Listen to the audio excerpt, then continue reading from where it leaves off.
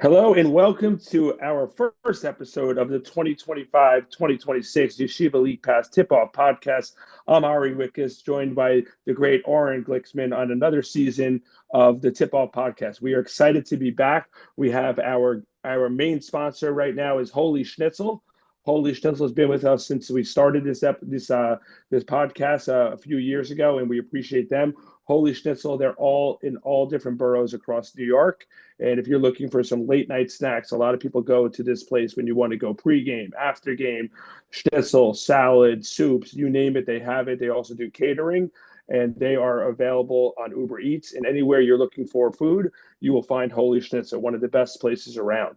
And this episode, we are going to be bringing on our players of the week, the MVPs of the two biggest tournaments that we have just completed, the Globerman tournament in LA and the Memphis Cooper tournament in Memphis. And we were able to secure Sammy Jemal from Flatbush and Charlie Sassoon from North Shore. We're excited to have them. We're going to talk to them. We're going to do the interview with them, the power rankings, also the game of the week, and then we'll wrap it all up. So without further ado, let's bring in the twosome MVPs of Charlie and Sammy. Hello, guys. Welcome. First of all, thank you for joining us. I know we had to go through a lot of media credentials to secure you guys so quickly. You know, ESPN was after you, ABC Sports, but you guys, you're as true to your Yeshiva League baller friends and the community that roots for you guys. You gave us the first interview. We're going to start. You guys just both came off tremendous tournaments. We're going to talk a little bit about the state of the league, what you guys saw out in the tournaments, and then we're just going to, kind of hear your perspective. We'll start just because he's the first in my screen. We're going to go with Sammy Jemal. And I guess we'll also start with Sammy because he owns a W over Charlie right now early in the season. In the Mag and David tournament, I forgot they also Flappers defeated North Shore in the championship. So, Sammy, first of all, welcome to the show. Tell us briefly about the experience in LA. I believe this was your first. Were you there last year? You might have been there last year also. This year. Okay. Briefly what it was like being out there with all different schools and also seeing in Shalhevet. I'm sorry you broke up. Can you mind repeating it? Oh, okay, yeah. I was going to say, tell us about the experience going out in LA and playing in the Globerman tournament, traveling across the country, and the competition that you saw out in LA. I mean, the competition was great. I thought so. I mean, we played Ramaz in the quarterfinals, won on a buzzer beater. SAR in the semis, won on a buzzer beater. So, I mean, it can't get better than that, honestly.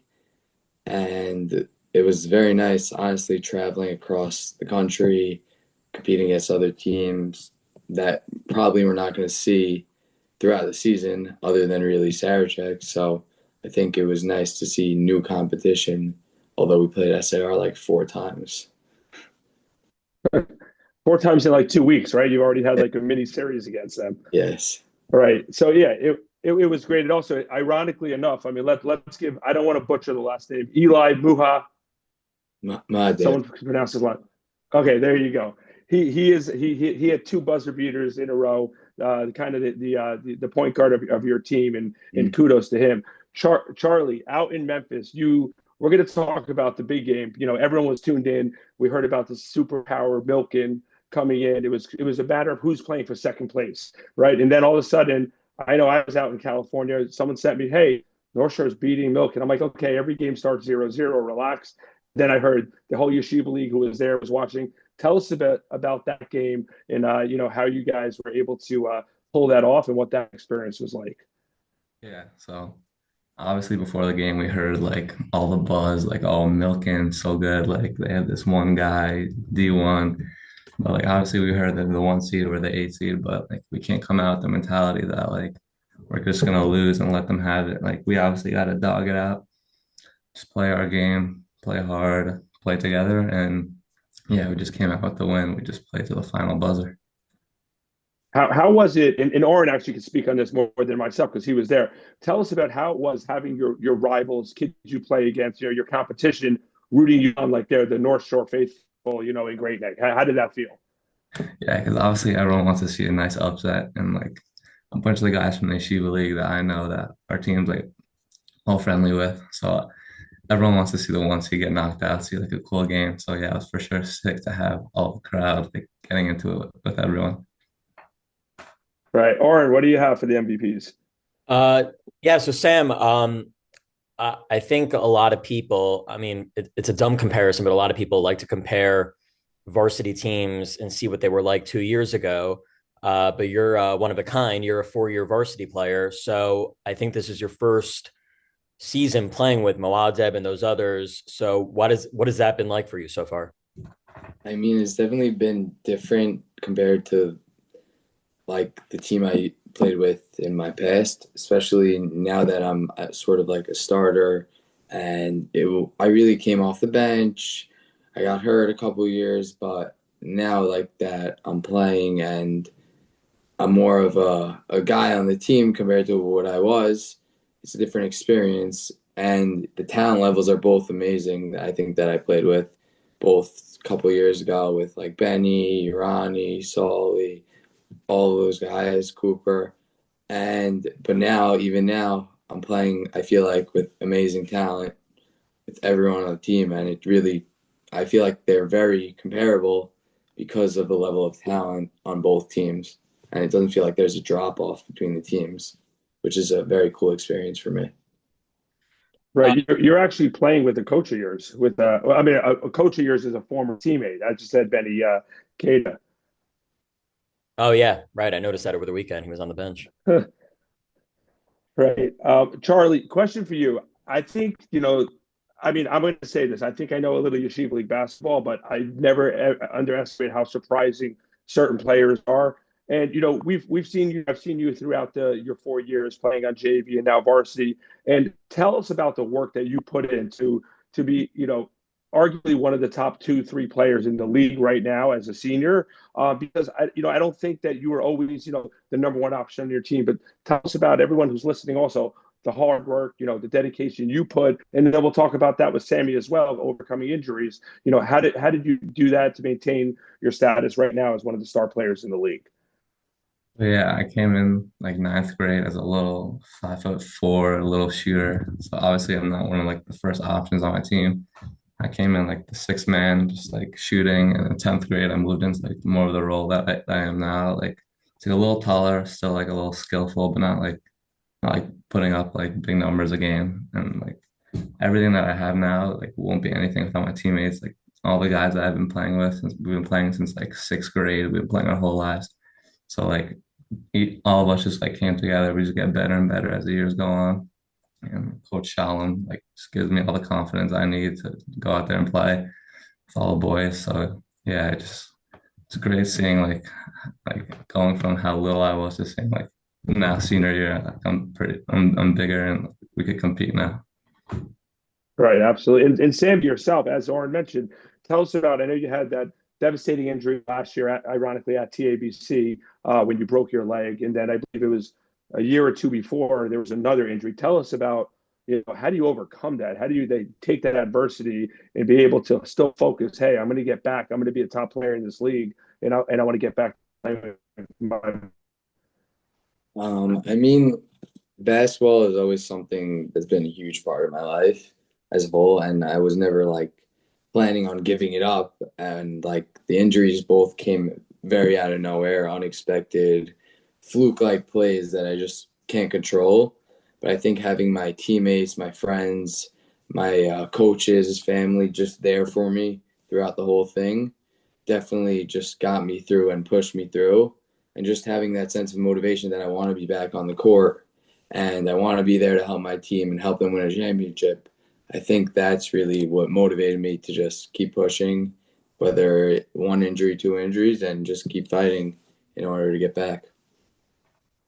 Yeah, also, I noticed that you developed. I mean, you became a lot stronger. I mean, I guess when you're on varsity for 4 years and you're like 12 to 13, well, 13 to 14, and now you're, 3 years later, you're 18 years old, you're going to, get a little stronger. But your game also, like it used to be like, and I guess you a complimentary player playing ahead of yourself as a youngster. But, now you have that, you take guys inside and you guard Isaac Stepner. What has that been like seeing yourself, going from a role player to now a star on the one stars on the Flatbush Falcons? So I mean, like you spoke about the injuries, I think that also helped me through the physical therapy that I really went through. I think that also helped me put in the work to really get to where I wanted to be physically. And now it just feels like very accomplishing, I guess, to now see that I can hopefully guard anyone or grab rebounds when I'm not so big, like things like that. Just feel accomplishing, I guess, through the work that I felt that I put in through like physical therapy and throughout that time.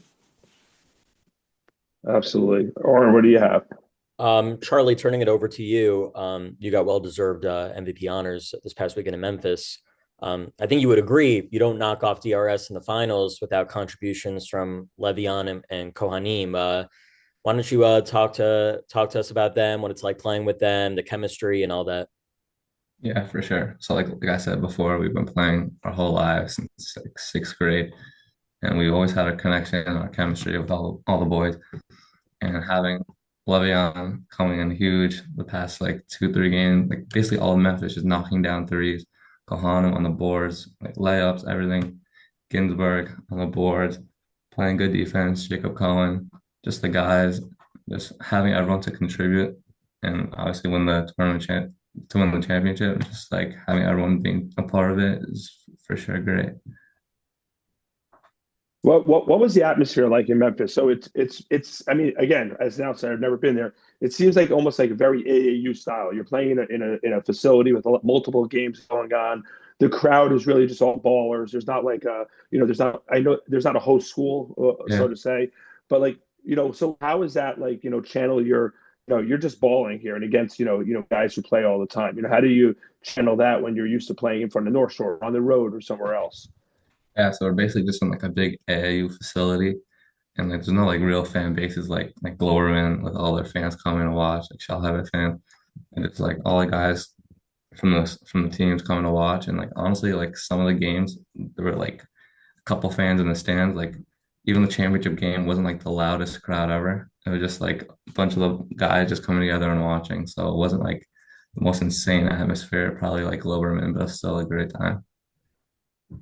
Right, and then as you referenced in Glamby, you're playing in that championship game. It's a packed gymnasium. It's one of those gyms where it's just very on top of each. The court is the fans on top of the court. Tell us about how you guys, and obviously kudos to Matt Malk and Coach Shalom for North Shore. Tell us about how you guys in all these games when you're close, you feel that confidence, to hit that shot or to have the wherewithal to come back and win those games. How do you guys find that from within? So I think there's something, I guess, to me, very unique about this team. It feels like we just don't give up. Like whether we're down 20 points or we just don't stop fighting. And I think that's what I guess pushes us over the edge and ends up ends up leading to us winning these games, these close games. Whether it was point 0.5 against SAR and we hit a shot, it's not, maybe it's a little magic, but like it's also just us keeping on fighting and keeping on pushing till the last buzzer. Right. And by the way, now you guys, you're on the trajectory of, two championships down. It's like, what's next? What are you going to do? And, now obviously knowing your program and your coaches, it's championship or bust. But Charlie, are you somewhat, and I guess the question is, no, you're not surprised because you're obviously ultra confident in yourself and in your team. But did you really believe when the season started, you guys had this type of team that could be in the championship of the MDY tournament, win Memphis tournament, or did you think that would develop over the course of the year, or where were your feelings as the season started? Nah, I knew we always had it. Just like a bunch of guys, obviously, like didn't believe in us. Like the Memphis, they put us at the 8th seed. Like it's not crazy. Like a bunch of guys, like they just count North Shore out. But like I said, like all the chemistry that we have, we've been playing together for so long. And like some teams, like when the season starts, they get like slowly they start, then they get into a groove. But like we've been playing together for so long, it was already there. And like obviously trusting Shalom's game plans, like he has us set up for success every single game we play. And all the guys and teammates on the bench, everyone getting us hype, just contributes to all the success. Right. All right, Oren, hit them with one question. Then I have one final question for the two of them, and then we'll let them give some shout outs. Yeah, no, I think you guys deserve a tremendous amount of credit. I think Ari, correct me if I'm wrong. I think before the season started, everybody was talking about Frisch and SAR, and they were overlooking the other conference. And to see you guys Yeah. quiet down the critics in these early preseason tournaments, I think it makes people believe that anything can happen this year. I guess I would ask the same question to both of you. Sam, who's one player you're looking forward to facing off against in the league? And same goes to you, Charlie, as well. I mean, I faced off against Charlie, Ari No, Halpers. you can't give an answer to Charlie. You guys are excluded. You can't say And you don't play SAR in the regular season, so can't use Ari Alpert. Right. Someone I'm looking forward to now. Definitely tomorrow night, we're playing against Stepner again. So I'm definitely looking forward to that matchup. See what happens, honestly, and I think it's going to be a lot of fun. I guess that's the matchup probably I'm looking forward to the most, though. Where is that game? Is that at Frisch or Flatbush? At At first. Frisch. Gotcha. Got it. Charlie, who's the one guy you're looking at? Yeah, so we don't play them in the regular season. Hopefully we can catch them in like a tournament or playoffs, but I've yet to play Fresh as like when I was in like 10th grade or like 12th grade. We played them like twice when I was in ninth grade, but like we didn't really play them for real. And like I have a bunch of boys on that team, some of my best friends. And obviously, yeah, I want to face off against like Stepner, Milgram, like those are my guys. So I for sure want to play against them. All right, here's my final question. I'm gonna put you guys on the spot. So you guys are counted as one. You're the which is a crazy thing to think about. You guys combine your games, but you're one player. You're gonna draft four other players to go take on all non-Yeshiva League teams. Okay, so you guys are one. You need four other players. Charlie, who's your first player you're picking on that team? And we're gonna go one by one. So Sammy, start thinking also until we get to five. Next year I pick at like the point Okay. guard Oh, and also position. wait, it could be whatever position you want. It cannot be a teammate. You can't pick a North Shore guy, and Sammy, you can't pick a Flatbush guy. So we're going like me then him. Yeah. They're already thinking about it. If I take this guy, I'll get him later in the round. No, let's go. Pick whoever pops in your head. Uh, You feel confident in him on your team. Give me Stepner. Easy. Give me Stepner. Okay, there you go. Isaac Stepper, Sammy. Who's the third player on the team? Because you guys are counted as one. Oh, we're counted as one. Oh, okay. Yeah, So yeah. probably take probably Ari Halper. Yeah. Okay. All right, back to Charlie. Charlie's in agreement.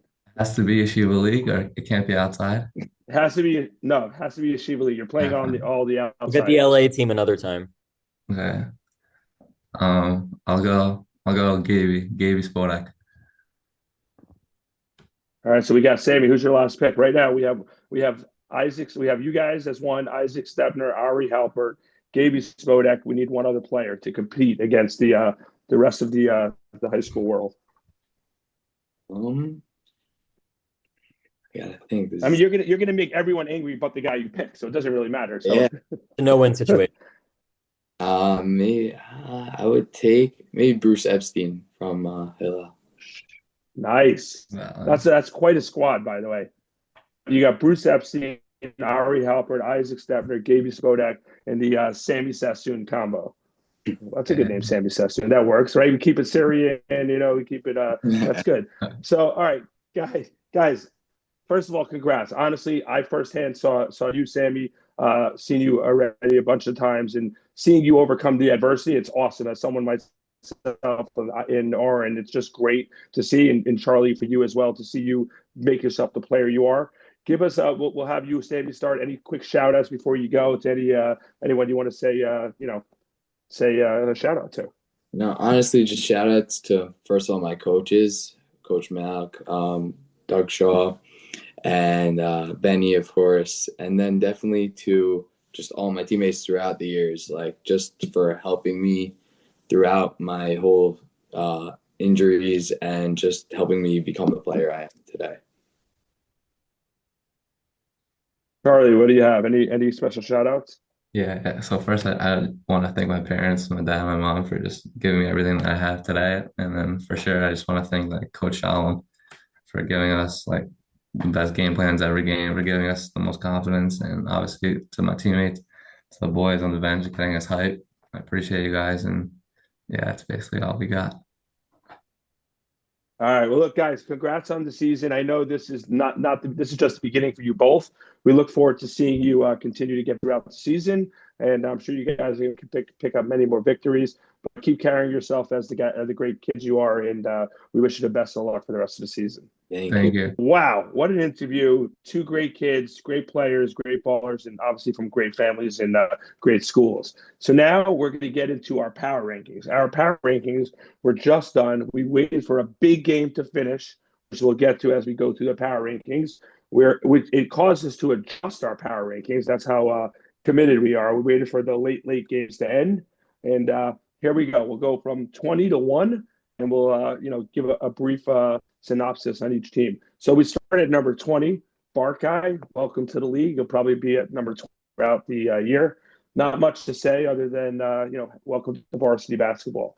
At 19, we have Ori Yisrael, who's going to be they've been in kind of like a 2-year downswing. I think some of the enrollment in their school has gone down a little, and obviously that hurts their basketball program.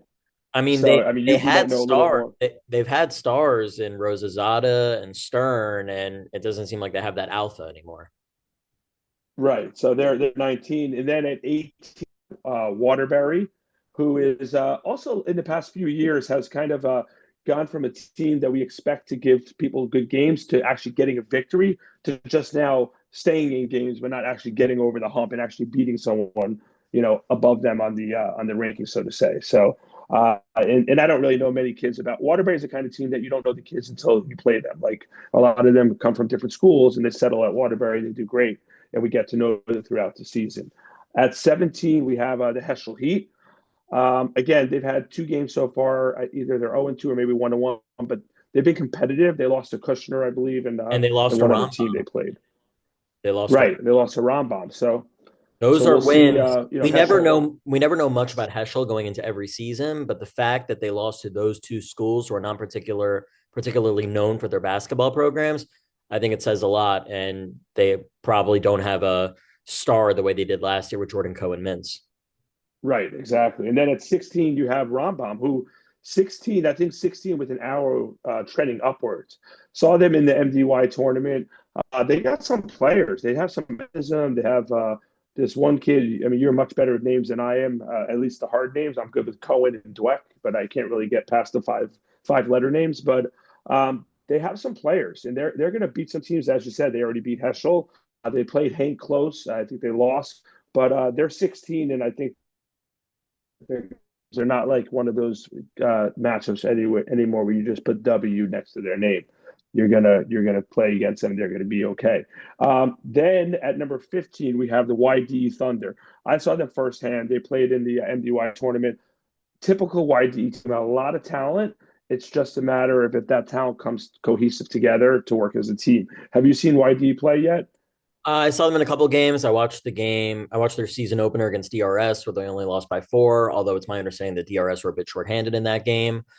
Solly Dweck, the well-known JV coach for years of both Magan and Hillel, is coaching YD varsity this year. So I think that's very notable. He's finally getting a crack at the varsity level, and we'll see if he can be that key piece to the puzzle.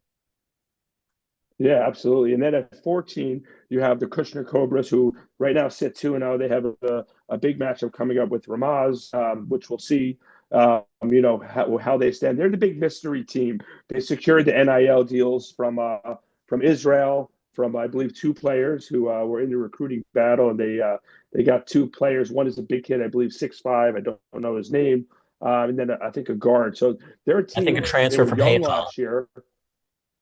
Oh, transfer from Hagelin. They were young last year. They a lot of times in Kushner sophomores play varsity, and right now they're a team to be reckoned with. Have you seen them play yet? I've not watched any of their games, but I do know they have 2 promising returning juniors as well who played on varsity as sophomores last year, Ryan Brand and Yoni Finkelstein. Yeah, they haven't been battle tested yet, but to see Kushner at 2-0 already, I think it has people paying attention. Yeah, absolutely. And then at 13, we have the Hafter Hawks. Hafter just they started slowly in the MDY tournament. And then they went to Memphis and they lost in the first round, but they were able to rebound and win the Tier 2 championship. They lost to next three opponents, non-Yeshiva League teams, I believe. They beat the next three or two. I think it was the next three, I guess you get after the first loss. And they're going to be a team.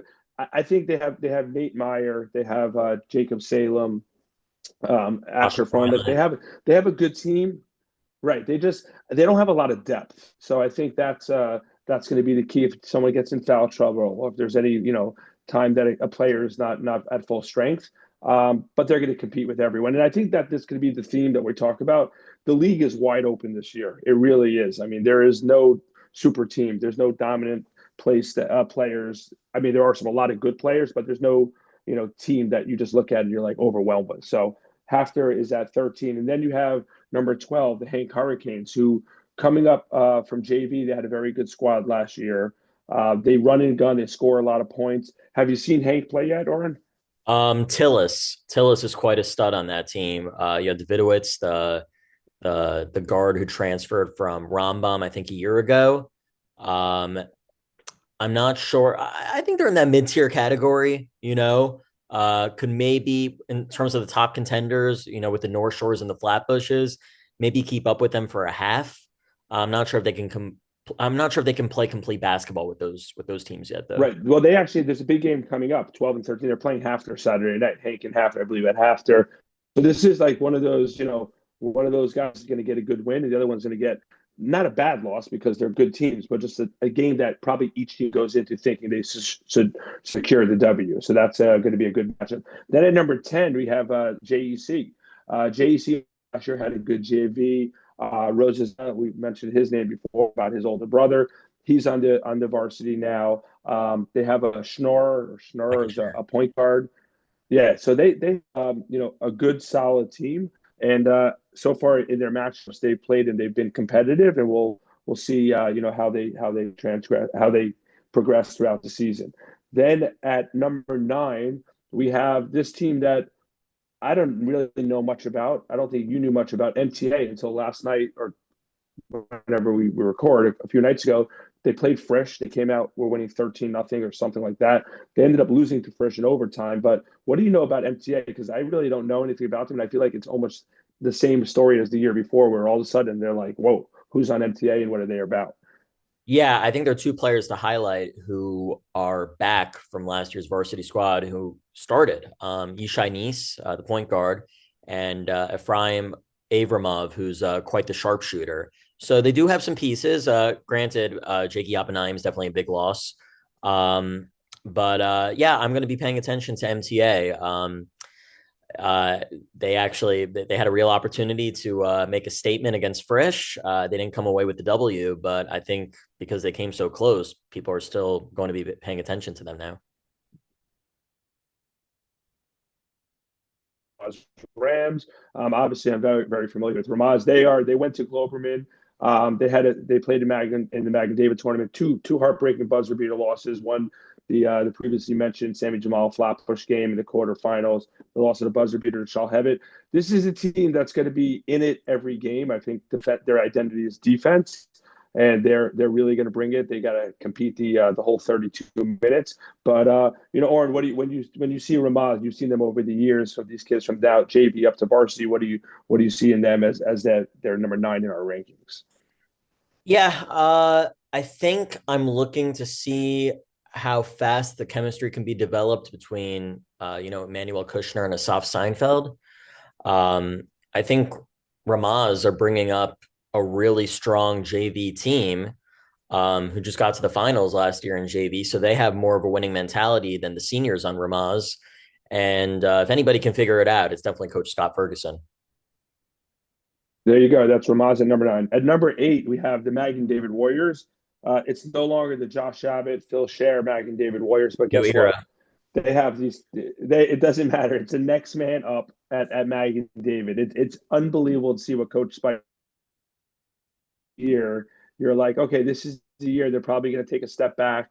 They lost these superstars. They lost Smecky. They lost Haber. They lost Sardar. Like you could go on and on. Malamed. Like it doesn't They will matter. never They go have away. they They'll never go away. no, they reload. They just reload. They have a Sammy Harris, a good player. Jack Dweck, who's coming off an injury, one of the better players. And then they have the guard, Shalmi, maybe. Jamie. I'm not sure his name, but there you go. He's Jacob a great Chamey. shooter, great leader. Yes, there you go. They're just like in already. They went to Memphis. They beat Berman. They Almost did knocked off pretty well in TRS. their own mag. Right, almost knocked. So we're never gonna they're never gonna be counted out. Last year in an off year, they lost in the semifinals, I believe, and then they went to the finals of Sarachek. So kudos to Magan. And they got that transfer from Flatbush. Probably, oh right, Chiros, Yeah. or something like that. Big guy, really good footwork. So yeah, they're going to be solid, and they're at number 8. At number 7, rising with a bullet is TABC Storm, who fresh off their. I don't even think it's an upset anymore. They beat Fresh. So when you have these rivalry games, they just beat them by 14 points, I believe, 62-48. We know about Borgen. Obviously, you're very familiar with all the kids on the team. Farber. Tell us about easy names I can't say. There it is. So tell us about the mentality coming into the season. Coming off a Sarachek championship, Kindlera's gone. Mandel's gone. What is TABC looking to do this year? Yeah, I think we have to pay attention to TABC the same way we pay attention to Mag and David. Players come and go, but Coach Oz remains. And he had them ready to go against Frisch. Granted, I think Frisch were gassed, having played the night before and being tired from LA, but Borgen and Faber are 2 lethal scorers. So as long as both of them can get 15, 20 a game each, and you have contributions from role players, anything can happen with that team. Right, and the big adjustment this year is they can no longer rely on Eyal Kindle. Yes, they don't have a dominant big anymore. In fact, they're a lot smaller than Eyal. Right, totally different team, but obviously they have athleticism, they have scores. So that's TABC. At number 6, we have the Hillel Heat, who again, coming into the season before the Magan tournament, I thought they were a top 3 or 4 team, which we probably had in our early power rankings. They stumbled a little, but it is noted they have an injury. One of their best players, say his name, Terran. How do you say Terran? Terran. Terran. There you go. He is injured. The lefty is great scorer. He plays inside outside, but they still have Bruce Epstein. They still have a lot of guys in that team. New coach in Rabbi Gary Beitler leading the squad this year, and they had a good run in Memphis. Also, I believe they came in 3rd place in the tournament. So they're again a team that is going to be right there as the season progresses. At number 5, we have the SAR Sting.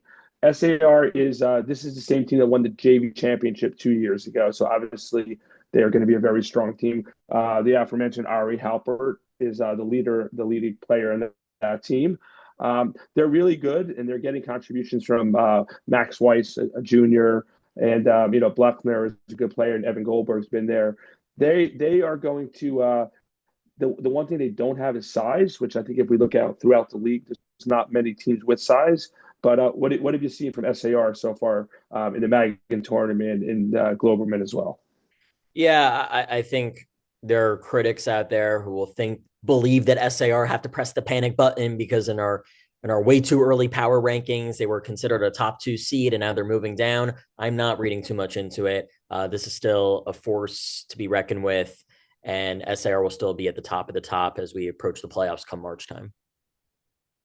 Yeah, absolutely. And now at number 4, with their arrow only trending down because of where they were before, is the Frisch Cougars. And I will say this: saw them, in LA, and got a good look at them. And obviously, everyone knows about Isaac Stepner, but this team is going to be the way this team, their season is defined is by those other players. Everyone knows Isaac's going to get his 20 points, 30 points at times. It's about the Grossmans, the Milgrams, the Gervis, the Susses, guys like that, Reinhardt, Neufeld. Those guys are going to be the ones who are going to have to elevate their game, because I think we saw a little bit in Flatbush. The game plan is you can put, Isaac is not a back to the basket player, so you can get away with this little smaller pesky guy and maybe come double team him from the weak side. But those other players are going to have to really step up. And one thing of note, as you mentioned, they're exhausted. They're playing 3 games in a row. Never They seen played it before. MTA the other night. Yeah, TABC, and now they're playing Flatbush. This is not like, the South Arkansas State games. These are pretty much all games that are obviously Flatbush and TABC are two huge games, and the MTA game gave them all they could. I will say on a side note, I think it was a scheduling. They didn't plan to play 3 games, but I think something happened with another team and they had to put this game in. But that's one thing you realize after these tournaments when you go to them, you want to avoid playing the next day or so. It's really hard, especially when you're coming cross country. But what did you see about Frisch? And you had just seen them play TABC, earlier tonight. Yeah, I really not to take away from TABC's win tonight. It was amazing. It was unbelievable. It was very impressive. But you could tell that the Frisch are just gassed. And the fact that you're now coming off a 14-point loss to TABC and you still have to re-energize yourself to play Flatbush and a reenactment of the Globerman final. Right. I just don't think they're being set up for success here, and they need a break after this one. Yeah, absolutely. And I don't think you get much of a break in the way the scheduling makers have determined how games are played. You have a lot of games in November. Yeah, November is no, like everyone's like, TABC played DRS and Magan back to back early next week. So yeah. right, yeah. It's a lot of games and a lot of action. But when you're 17, 18 years old, I mean, you love it, right? But it does get you after a while. Then at number 3, we have the DRS Wildcats, who lost in the championship game of Memphis to Charlie Sassoon's North Shore Stars. A really Lions. veteran team. I personally, what'd you say? Lions, not Stars. Oh, right. I knew I was going. I knew it didn't sound right when I said it. I'm like, I Yeah, think I'm dating 290, myself 2 years, 290. but right, exactly. They changed their name. But I think DRS is a veteran team. I think the key to the team is Alicia Saidi. I think he's one of the best pure scorers in the league. He's got as much talent as anyone. I actually think the junior class this year might be a little more talented than the senior class, as Yeah. far as if you look at the player by players. And I don't mean that at DRS. I mean in the league in Yeah, I know. general. Stepner, But Saidi, Kushner, yeah. Moadeb. right. I think if you look through, yeah, there's a lot of strong also seniors, but it's just the way it stacks out this year. But the one thing they have is they've all played in big games. Every one of them, even Saidi, who was on the JV last year, they went to the semifinals of the JV League, the champion DRS returning varsity players, Spodak, Solomon, Bennett, and obviously Coach Moshe Cohen is going to have them ready. So they're at number 3, and then ironically enough, the top 2 spots belong to the 2 guys we just had on. So at number 2, we have the North Shore Lions. North Shore, I got to admit, I kind of alluded to it with a little with Charlie. Like, I don't think anyone thought that they were a top 3 team. I mean, everyone knew they were going to be a solid, good team, and I think we've all established that Coach Shalom is one of the better coaches in the league. But really, I think it's what Charlie said. They've been playing together since 6th grade, the same core team. They kind of know each other. And I think Charlie elevating to superstar status has really, given them a leg up. Because if you look at a lot of teams, not a lot of teams have the superstar player. But when you have the kid can get you a bucket, I think that makes such a difference. What did you see from North Shore when you were in Memphis watching them play? I mean, when they beat Milken, I think the entire complex was stunned. And I guess I don't know. Did North Shore really execute a game plan, or was Milken so off, or was it a combination of both? But after they beat Milken, it just seemed deserving. It seemed like fate that they were going to go on to win the entire tournament. You know what I'm saying? And Right. the fact that they won this tournament, I think it's going to be a springboard for success throughout the rest of the season for them. And Coach Shullum is as good as it For gets. sure, the confidence. Yeah, and also look, they went to, like we said, they went to Mag and David finals. They lost to Flatbush in a close game, like big game action. Like when you Right. have all And that, that you're gives you like, the no confidence moment, to no go more ahead problems. for sure. Absolutely. Right. And then at number 1, we have the Flatbush Falcons. They started the season with the MDY championship in Magan's, tournament, which obviously is always a big deal over there. And then they went to Globerman and they just 2 buzzer beaters. This team is as tough as nails. And I think it's really Sammy Jemal, the leader. I mean, he's coming back from, we said, his injuries. The kid is as tough as they come, never overwhelmed. They have an injury. They're even playing with short-handed without Louis Franco, who was the MVP in the JV championship game.